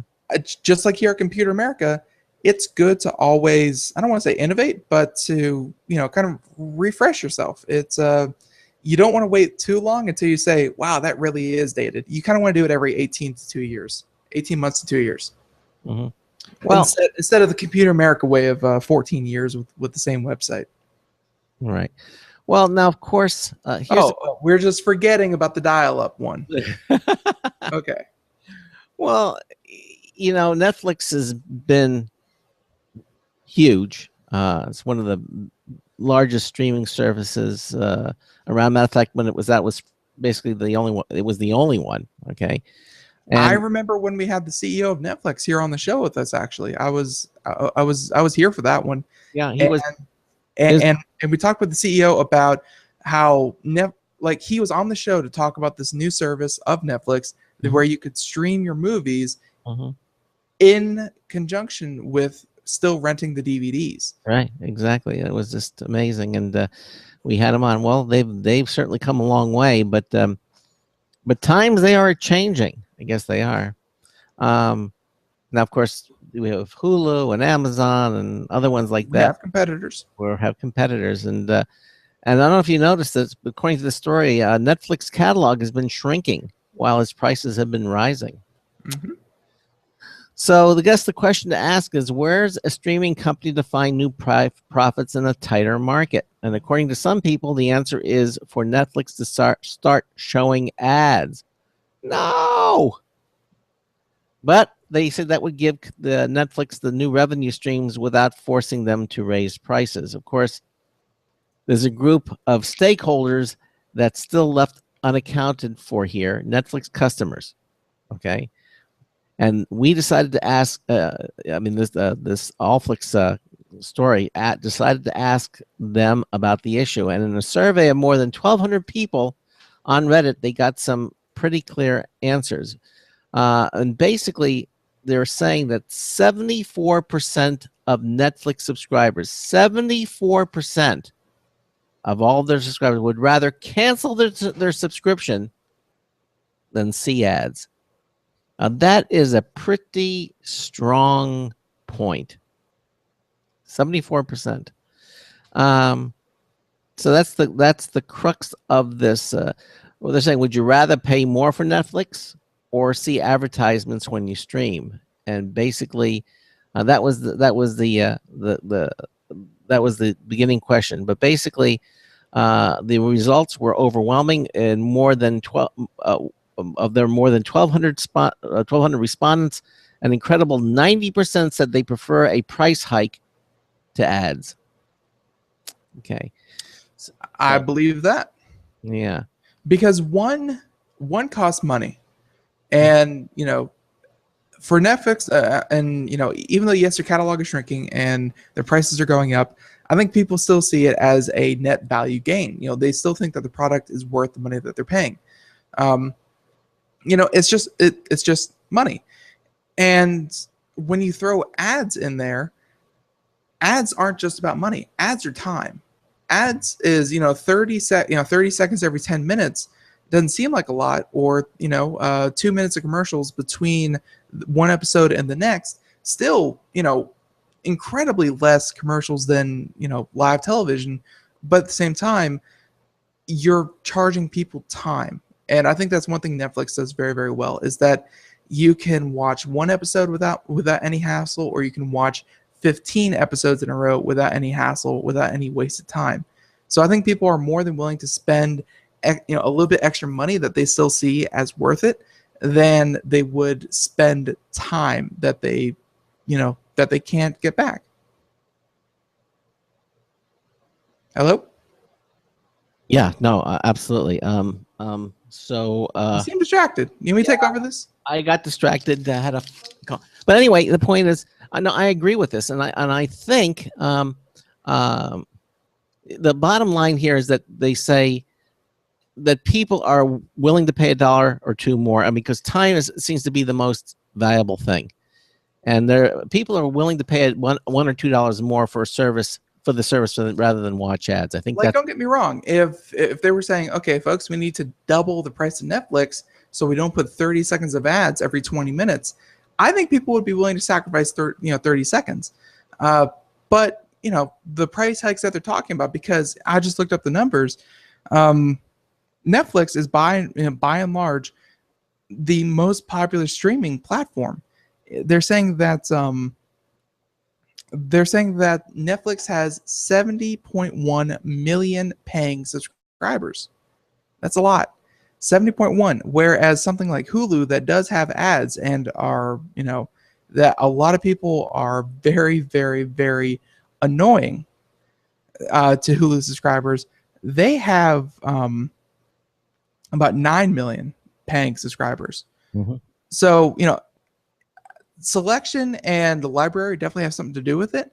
Well, But well, do you think? Do you think? I mean, Hulu has like Hulu Plus. Do you think maybe they should have a Netflix Plus?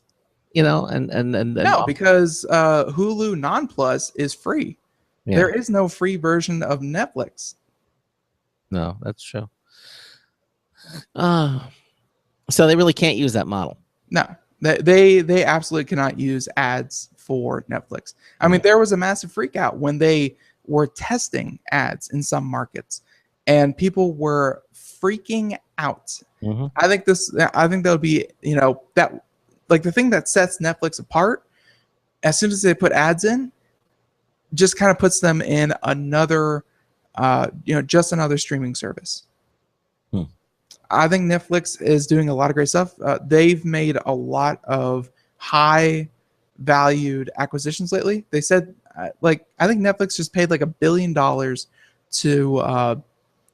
to fund new movies. Like they have a new deal with Leonardo DiCaprio, where they're going to be funding his mission to find environmental disasters, and it's going to be nonfiction, a biography kind of deal. Yeah. A documentary. But Netflix had made that huge deal with Disney, so that all Disney movies will be coming to Netflix, exclusively. Netflix is doing its best, even though yes, it does have a shrinking catalog.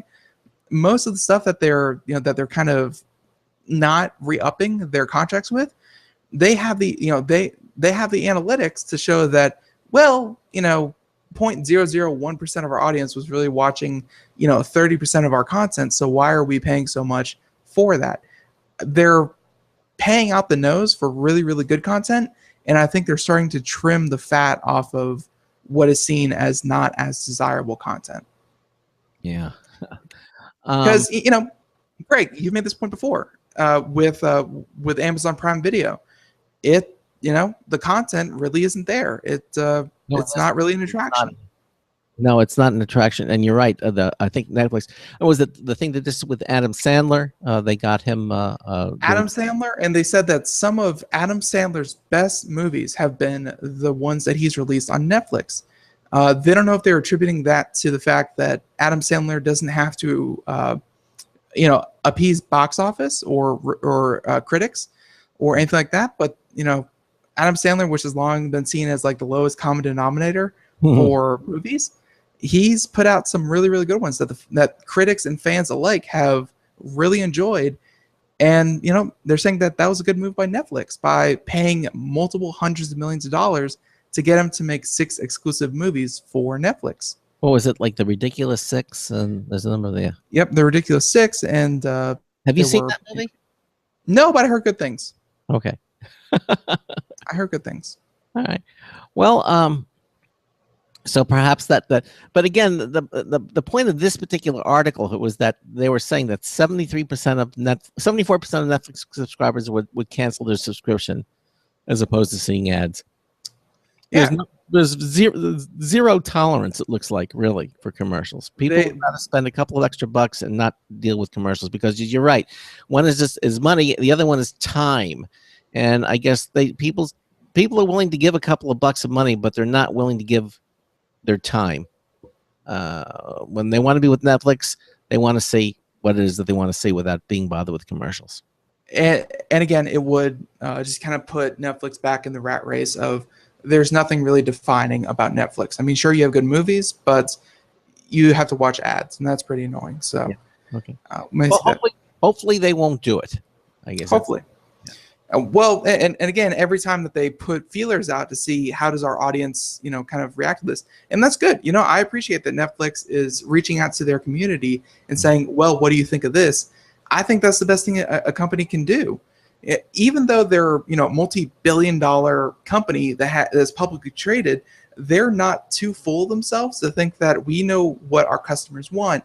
Instead, they're going out and saying, customers, what would you like to see? That, doesn't matter if you're multi-billion-dollar, if you are just starting out, listen to your customers and you'll be much better off. Mm-hmm. There it is. Microsoft, cough, cough. Apple, cough, cough. Do we have time? I wonder if we have time to do another story. We don't have time to do a couple stories, but if any of you would like to go out and kind of look at some of the news stories on your own, we have some that include Tumblr has officially joined the live video party, where they will start. They will be. You will be able to use live video directly to Tumblr. That is that started with Periscope, and Twitter now has integration. Facebook has integration with that, and just more and more social media, live video seems to be the way to go. Instagram hit 500 million users. We have things like emojis are getting their own movie because Angry Birds. Why not? Let's go one denominator lower. Yeah. And just tons and tons of stories we didn't get to. Yeah, exactly. But we'll maybe we'll get a chance to do we will definitely get a chance to do more. Because on tomorrow's show, in the first hour, we're going to have Charles Tindall, certified ethical hacker, is going to be joining us in the first hour. Ben and I have appeared on his show. He has a new radio broadcast out in Denver, called Hacked by Charles Tindall. We were on the show for an hour, and so we feel we had to reciprocate and have him back on our show. We did not feel obligated. We are honored that he joins us. Yes, we are. Absolutely. And he's going to be joining us at the first hour of the show. Seconds. I mean, it was a schlep. Don't get us wrong. It was, to do that. But, you got to do what you got to do. We had a counter, saying how many times he said the words pickled chipmunk, so. Yeah, that was about 13. That was, which is about 13 too many. 13 to a minute, yes, exactly. And then the second hour, we're going to do computer and technology news, brought to you by Slimware Utilities, the official optimization software of Computer America. That about wraps up the show. And of course, don't forget, Thursday, we're going to have a best of Computer America. And then on Friday, Nathan Evans, managing editor of Pop's Era magazine, is going to be joining us for our Friday fiasco. Fiasco? Yeah, we're all over the road with Nathan. We're talking movies, technology, you name it. If by fiasco, is that an abbreviation for favorite show? Then yeah. Yeah, exactly. I mean, he's a fun guy, and it's going to be an awesome show on Friday. Anyway, that wraps it up. Thanks to all of you who have listened to us today, and Ben and I will see you here, same time, same place, same station. So until tomorrow afternoon, this is Craig Crossman, hoping that your hard disk never becomes floppy. We'll see you tomorrow. Have a good one, everyone. Woohoo! 10 seconds.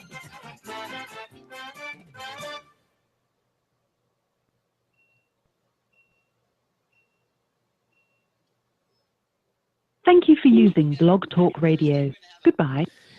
All right, again, thanks for watching our live video stream, all of you. And like I said, Charles Tindall's going to be here with us tomorrow. So we'll see you right here. Have a good day. We'll see you tomorrow. Bye, everyone. Bye-bye.